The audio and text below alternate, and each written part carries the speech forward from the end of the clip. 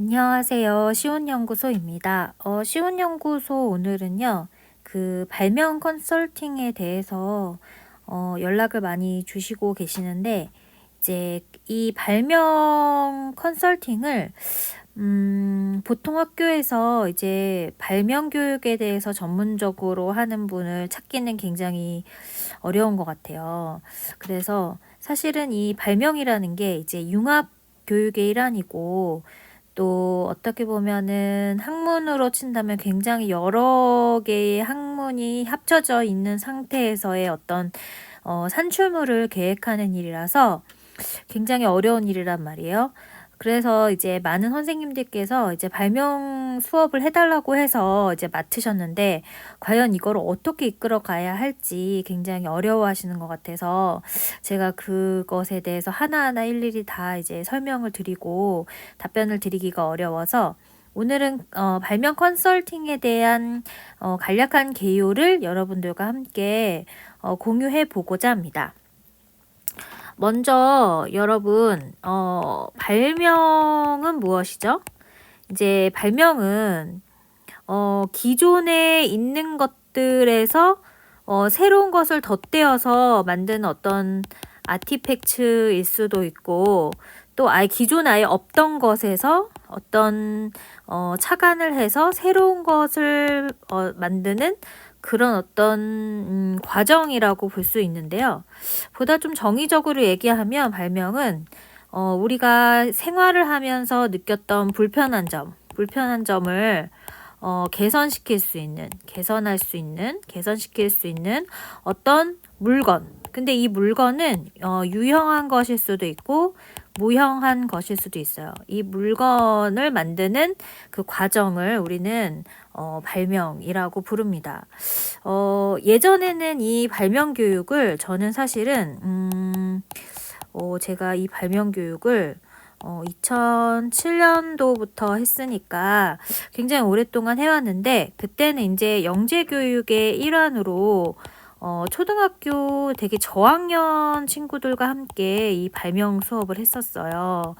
근데 이 발명 수업은 어떻게 보면은 좀 여러 가지로 나뉠 수 있겠는데요. 첫 번째는 아이디어 제시에 좀 강조점을 둔 경우고, 두 번째는 산출물, 그리고 아티팩트에 좀 중점을 둔 경우, 네. 그리고 세 번째는 융합교육 일환에 중점을 둔 경우, 이렇게 좀 세 가지로 나눠볼 수 있겠는데요. 이게 이제 무슨 얘기냐면은, 이제 첫 번째로 이 아이디어 제시라는 거는 무엇이냐면은, 보통 학교에서 발명 교육이라고 하면 지금 요즘은요, 교육 현장에서의 발명 교육은 사실은 이게 이제 메이커 교육으로 가는 형태가 굉장히 많아요.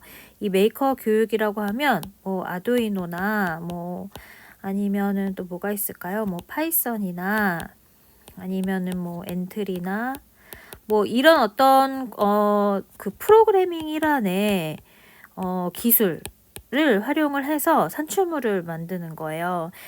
저도 이 발명 교육에 대한 컨설팅도 그렇고 이게 심사도 가다 보면 학생들이 굉장히 좀 간과하고 있는 것 중에 하나가 뭐냐면은 친구들이 발명을 하지 않고 발견을 해온다라는 거예요.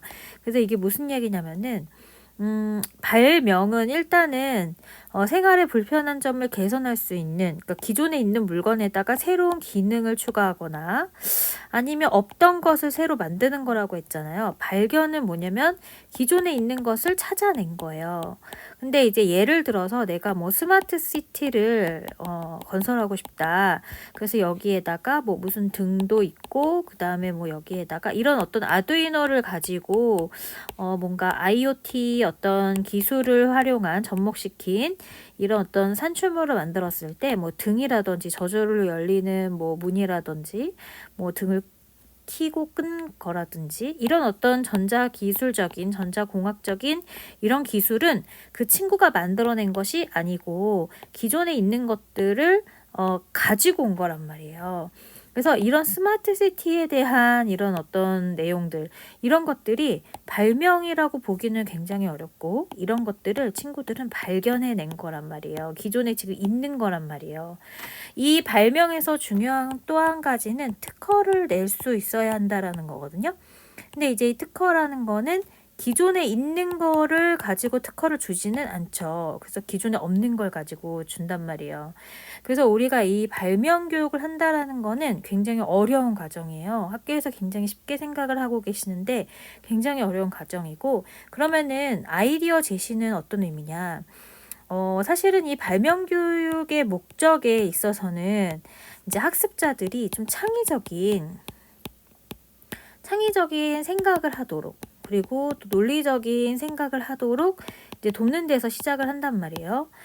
그래서 이 발명 교육이라는 거는 생각해보면 학습자의 그 아이디어를 좀 이렇게 생성시키기 위한 어떤 그런 교육의 일환이 되어야 한다라는 거예요. 근데 이거는 굉장히 지켜지지 않고 있습니다. 대부분은 그 2번 산출물에 대한 이 중점적인 이 부분으로 많이 흘러가고 있거든요. 근데 이 아이디어 제시라는 게 이제 생각보다도 학생들이 잘 못해요. 그리고 또 재미없어 하는 경우도 있고, 또 이걸 이끌어가는 데 있어서 필요한 어떤 그런 교수자의 지식이라고, 선지식이라고 한다면 뭐 디자인 띵킹 프로세스, 거를 요즘에는 DT라고 부르던데, 디자인 띵킹 프로세스나 아니면은 퍼실리테이션에 대한 사전 지식, 이런 것들이 있어야지만 학습자들을 아이디어를 이끌어낼 수 있는 아이디어링, 그리고 아이디에이트의 어떤 이런 과정을 해낼 수 있다라는 거예요. 근데 이런 것들을 해내는 선생님들이 많지가 않아요. 그래서 구하기도 힘들고, 또 이거에 대한 어떤 전공 분야가 뭐냐라고 묻는다면, 사실은 이 DT를 가장 활발하게 사용하고 있는 분야는 이제 공학 분야고, 퍼실리테이션을 활발하게 하는 분야는 경영 분야입니다. 그래서 하나 더 얘기한다면 여기 사이에 이제 교육공학 분야도 있다고 할 수가 있어요. 그래서 이런 분야를 가지고 있으신 분들이 이제 아이디에이팅, 그러니까는 아이디에이트를 해야 되는데, 아이디어를 내는 걸 해야 되는데, 생각해보면 이 공학을 하시는 분께서 퍼실리테이션을 알기가 힘들고, 이 경영을 하시는 분께서 이 디자인 프로세스를 가지고 학습자들의 아이디어를 이끌어내기가 힘들기 때문에 현장에서, 그것도 학교 현장이라고 하면 초, 중, 고 이렇게 K-12의 이 학교 현장에서 이 아이디어를 제시할 수 있는 선생님을 찾는 것은 굉장히 어려운 일입니다. 그래서 이거는 거의 진행이 안 되고 있고, 결국은 이거는 이제 컨설팅으로 진행이 되고 있어서 이제 저 같은 경우에는 이 컨설팅을 많이 나가고 있습니다. 자, 그러면은 이번에는 두 번째는 산출물 중심 활동이에요. 대부분의 발명 그 교육은 이 산출물 중심 활동에 많이 치우쳐 있어요. 이 산출물 중심 활동은 뭐냐면 일단 메이커 교육이라고 얘기할 수 있을 거예요. 그러니까 뭔가 만드는 거죠. 만드는 것. 그런데 여러분, 이 메이커 교육의 키트를 한 번이라도 사신 분들이 있으시다면 이게 발명이 아님을 단박에 알아차리실 거예요.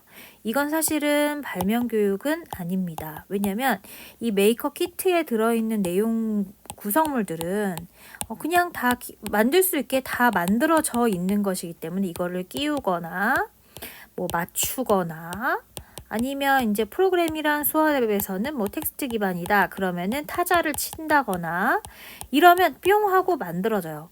그렇다는 얘기는 이 산출물 중심의 발명 교육은 뭐냐면은 바로 만들기 수업을 한 거예요. 이 만들기 수업은 결국 뭐예요? 발견한 거예요.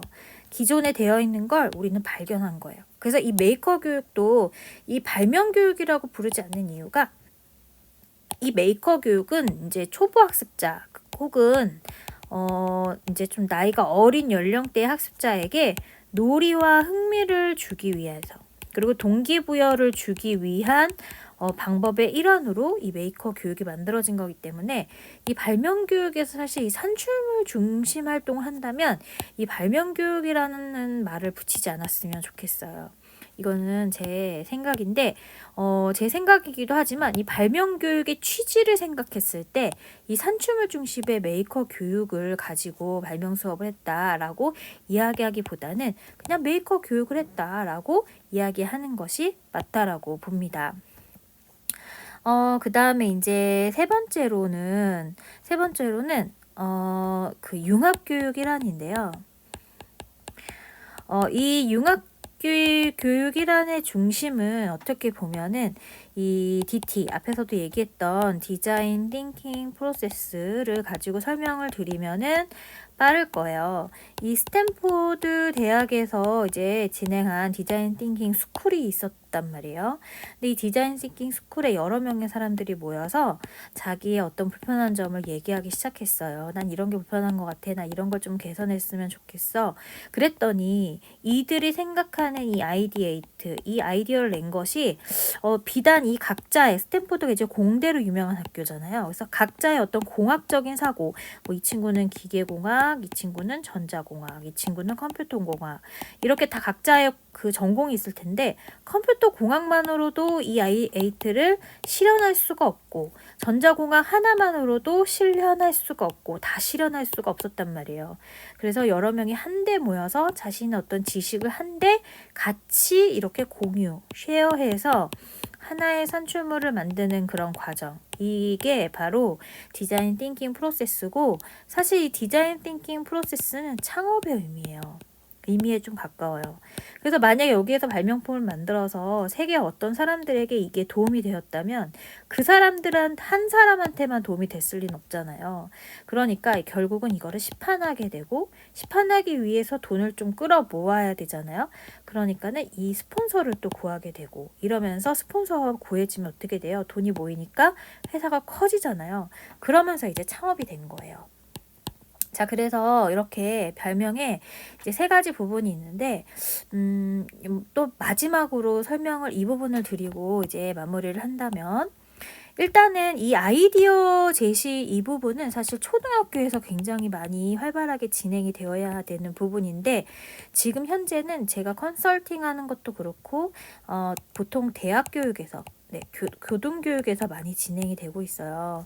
근데 이제 그들도 잘 이걸 못하더라. 그들도 이걸 잘 못해요. 그래서 이 디자인 프로세스와 디자인 띵킹 프로세스와 퍼실리테이션 이 어떤 도구들 그리고 기법들 그리고 방법들 그리고 절차들 이런 것들을 알고 있는 사람이 진행을 해야지 그래도 이게 어느 정도는 진행이 잘 되더라.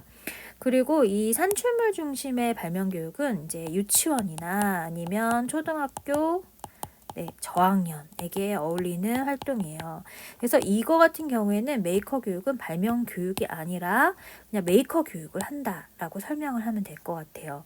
그리고 세 번째로 융합교육 중심의 이 활동은 사실 고등교육 혹은 고등학교, 고등교육이라고 하면 이제 대학 이상의 교육이고 고등학교에서도 이 융합교육의 중심에 이 DT를 적용한 이 활동을 해볼 수 있습니다.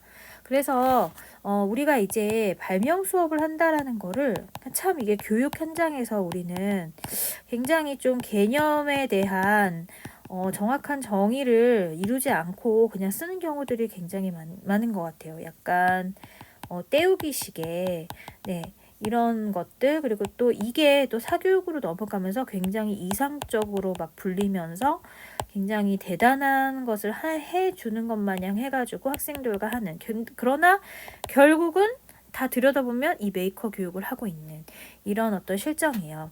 뭐 앞으로는 더 좋아지겠지만 그래서 발명 수업을 시작하는 선생님들 그러면 결론은 발명 수업을 시작하는 선생님들은 무엇을 해야 하냐. 제가 그냥 정석적으로만 설명을 한다면 첫 번째는 아이디에이팅을 하는 방법을 고민하셔야 돼요. 그리고 배워야 합니다. 그리고 현장에서 이런 것들을 계속 시도해 보셔야 돼요. 그래서 학생들에게 과연 이런 학생들이 가지고 있는 각각의 어떤 잠재적인 어떤 그런 능력을 바깥으로 끌어내기 위해서 나는 어떠한 도움을 줄 수 있는지에 대한 퍼실리테이터의 어떤 그런 역할이 무엇이 있는지 고민하셔야 되고 또 공부하셔야 돼요. 그래서 이게 첫 번째입니다. 그 다음에 두 번째는 자신의 전공 분야에 적합한 내용을 가지고 학생들하고 얘기를 꺼내보는 게 중요해요. 예, 저 같은 경우에는 학부가 컴퓨터 학부이기 때문에 이제 저는 이제 친구들과 컴퓨터에 대한 이야기도 할 수 있고 또 교육공학에 관련된 내용도 얘기할 수 있고 하거든요. 근데 그렇지 않고 뭐 예를 들어서 뭐 자기가 경영 분야다 혹은 국어 국문학이다 뭐 다양한 전공이 있을 수 있잖아요. 그러면 그 분야를 친구들과 같이 이야기할 수 있는 사전 지식을 선생님이 이끌어갈 필요가 있다고 봐요. 이게 무슨 얘기냐면 사실은 이 퍼실리테이터는 어떤 전공과 상관없이 학습자들을 아이디어를 이끌어낼 수 있다라고 생각하고 있어요. 하지만 이제 교육에서는 아무리 퍼실리테이터가 있다 하더라도 기본적인 퍼실리테이터가 가지고 있는 지식의 수준을 무시하지 못합니다. 그리고 발명은 굉장히 구체화가 돼야 되고 또 이 구체화되는 과정에서 이제 뭐 프로토타입으로 만든다고 하더라도 뭐 재료나 아니면 속성에 대한 부분들이 필요할 수밖에 없어요. 그래서 내가 뭐 기계공학이다 아니면 전자공학이다 이러면은 이제 공학이기 때문에 아마 맥락에 일치하는 부분이 있겠지만 어쨌든 간에 중요한 것은 내 어떤 전공을 가지고 학습자에게 어떤 부분을 좀 알려주면 좋을까, 어떤 부분을 이끌어갈 수 있으면 좋을까 할 수 있는 이 교수 설계에 대한, 그러니까는 수업을 설계하는 거의 중요성을 좀 인지하는 것이 성공의 지름길이에요. 근데 사실은 이렇게 하고 있지 않죠. 보통은 이제 막 아이디에이션을 아이들하고 얘기 나누고 그 다음에 만들어 보고 그러면 이제 저한테 컨설팅이 와요. 그래서 컨설팅을 해서 다듬어지면 이제 그게 이제 심사로 가고 심사에서도 다듬어지면 이제 이거 뭐 특허를 받기도 하고 대회에서 좋은 입상을 하기도 하고 이런 과정입니다. 그래서 컨설팅 과정에서 이런 것들을 해주죠. 그러니까 결국은 학교 현장에서 할 수 있는 것은 뭐 메이커 교육 혹은 아니면은 뭐 프로그래밍 수업 이런 것들일 수밖에 없는 거예요. 하지만 발명 수업을 하다 보면 제일 중요한 게 뭐예요? 이 컨설팅, 그러니까 아이디에이션.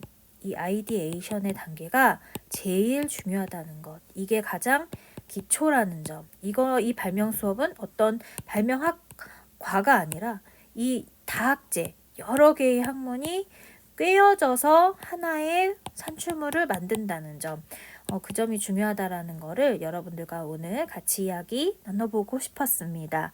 여러분 오늘은 여기까지고요. 또 다음 시간에 좋은 이야기로 또 좋은 정보로 만나 뵙도록 하겠습니다. 그럼 여러분 다음 시간까지 안녕.